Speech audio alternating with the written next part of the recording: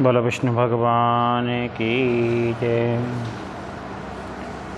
धर्मराज युधिष्ठिर ने कहा, हे देवकी नंदन, आपने देवशयनी एकादशी और चातुर्मास उपवास के गुणों का सविस्तार वर्णन किया है।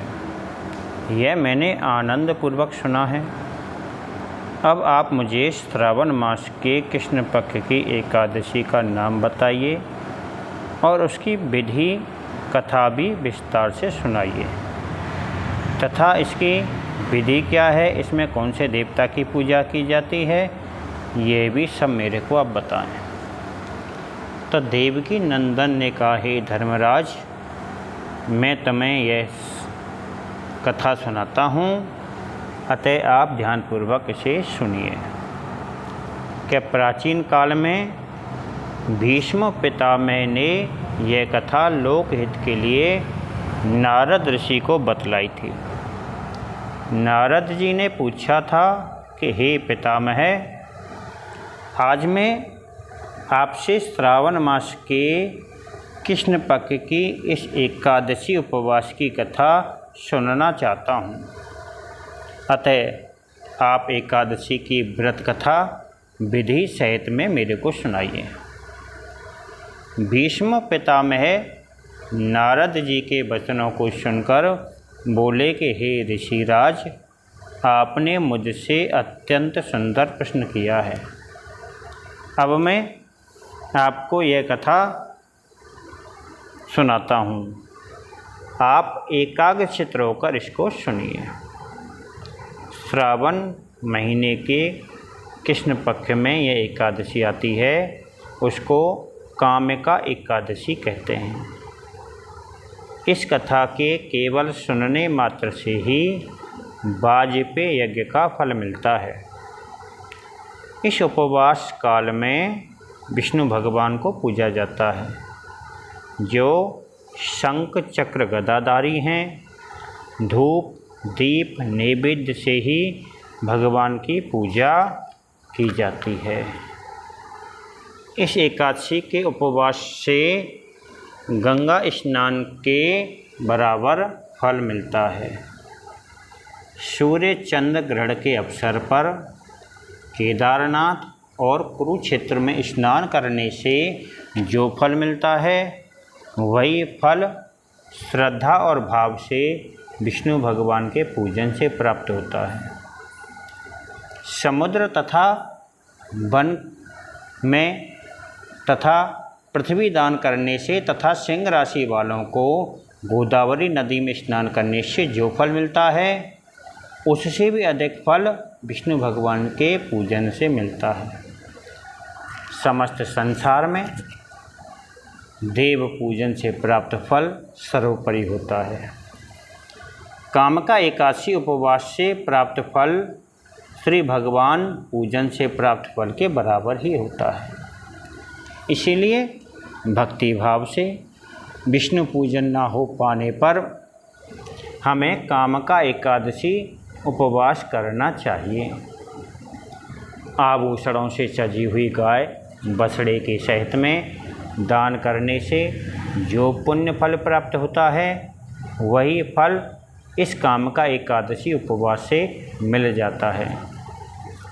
जो विद्वान लोग इस कामिका एकादशी का उपवास करते हैं और इसके साथ विष्णु भगवान का पूजन भी करते हैं, तो उससे सब देवों, किन्नरों, नागों व पितरों का पूजन हो जाता है। इसीलिए हमें पापों से मुक्ति पाने के लिए ये उपवास नियम के अनुसार व विधिपूर्वक करना चाहिए। भव सागर के दुखों से घिरे हुए मनुष्यों को मुक्ति पाने के लिए यह कामिका एकादशी का उपवास अवश्य ही करना चाहिए। कामिका एकादशी उपवास की अग्नि के पुण्य प्रभाव से सारे पाप भस्म हो जाते हैं। समस्त विश्व में पापों का समूल नाश करने के लिए इससे अधिक उत्तम अन्य कोई एकादशी नहीं है।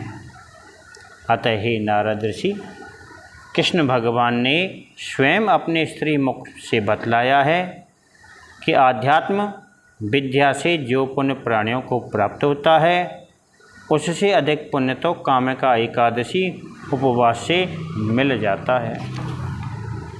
ये उपवास मनुष्यों को मरते समय नरक में जाने से बचाता है। अतः यमराज से सामना भी नहीं होता। इस एकादशी उपवास के पुण्य के प्रभाव से कोई योनि भी नहीं मिलती। अतः मरने के उपरांत में मनुष्य देवलोक में ही चला जाता है।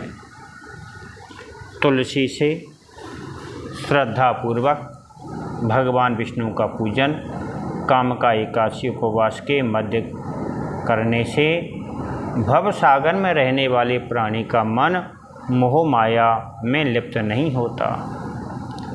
यह जल में रहने वाले कमल पुष्प की तरह संसार से विरक्त हो जाता है।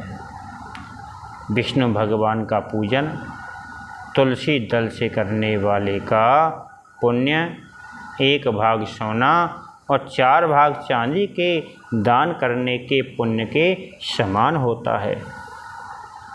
प्रभु का सोना, आभूषण, मणि, मोती के स्थान पर तुलसी दल से पूजन करने वाले के सारे पापों का जड़ से नाश हो जाता है। पितामह बोले कि हे नारद ऋषि, मैं प्रभु की अति प्रिय तुलसी को बारंबार नमन करता हूँ।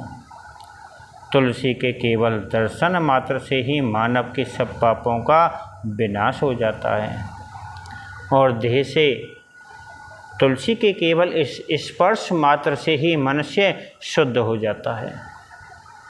तुलसी जल के स्नान से जो प्राणियों की समस्त बाधाएं और यातनाएं पूरी तरह समाप्त हो जाती हैं।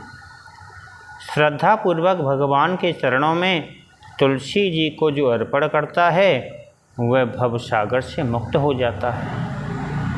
कामिका एकादशी को रात्रि जागरण व दीपदान करने वाले को प्राप्त पुण्य का बखान करने में स्वयं चित्रगुप्त भी असमर्थ है। एकादशी उपवास के दिन प्रभु के समक्ष दीप जलाने वाले के पितृ उस दिन स्वर्गलोक से वह अमृत पीने के लिए आते हैं। प्रभु के समक्ष जो भक्त घी का या तेल का दीपक जलाते हैं तो उनको सूर्यलोक में जाने पर हजारों दीपकों की रोशनी प्राप्त होती है। अतः प्रत्येक प्राणी को इस कामिका का उपवास अवश्य ही पूरा करना चाहिए। इस उपवास के पुण्य के प्रभाव से ब्रह्म हत्या आदि बड़े बड़े पाप भी जड़ से समाप्त हो जाते हैं और वह प्राणी इस लोक में अनेक प्रकार के सुखों का उपभोग करके अंत में विष्णु लोक को चला जाता है। इस कामिका एकादशी के महत्तम को पढ़ने या सुनने मात्र से ही देवलोक की प्राप्ति होती है। बोलो विष्णु भगवान की जय। जिसने चैनल सब्सक्राइब नहीं किया वो सब्सक्राइब कर लें और लाइक कर लें, ठीक है, जिससे आगे वाला वीडियो आपको आसानी से मिल सके। अब सभी आरती करेंगे। ओम जय जगदीश हरे, स्वामी जय जगदीश हरे। भक्त जनों के संकट, दास जनों के संकट क्षण में दूर करे। ओम जय जगदीश हरे। जो जावे फल पावे, दुख बिन से मन का स्वामी, दुख बिन से मन का। सुख संपत घर आवे, सुख संपत घर आवे, कष्ट मिटे तन का। ओम जय जगदीश हरे। मात पिता तुम मेरे, शरण गहूँ मैं किसकी स्वामी। शरण गहूँ मैं किसकी, तुम बिन और न दूजा, प्रभु बिन और न दूजा, आस करूँ मैं किसकी। ओम जय जगदीश हरे, तुम पूर्ण परमात्मा, तुम अंतर्यामी स्वामी, तुम अंतर्यामी। परब्रह्म परमेश्वर, परब्रह्म परमेश्वर, तुम सबके स्वामी। ओम जय जगदीश हरे, तुम करुणा के सागर, तुम पालन करता स्वामी, तुम पालन करता। मैं मूरख खल कामी, मैं सेवक तुम स्वामी, कृपा करो भरता। ओम जय जगदीश हरे, तुम हो एक अगोचर, सबके प्राणपति स्वामी, सबके प्राणपति। किस विध मिलूँ दया में, किस विध मिलूँ दया में, तुमको मैं कुमति।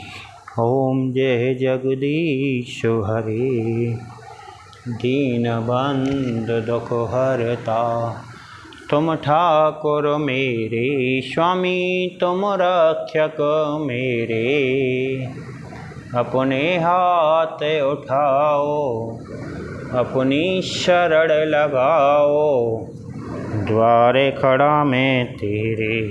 ओम जय जगदीश हरे, विषय विकार मिटाओ, पाप हरो देवा स्वामी, कष्ट हरो देवा। श्रद्धा भक्ति बढ़ाओ, श्रद्धा प्रेम बढ़ाओ, संतन की सेवा।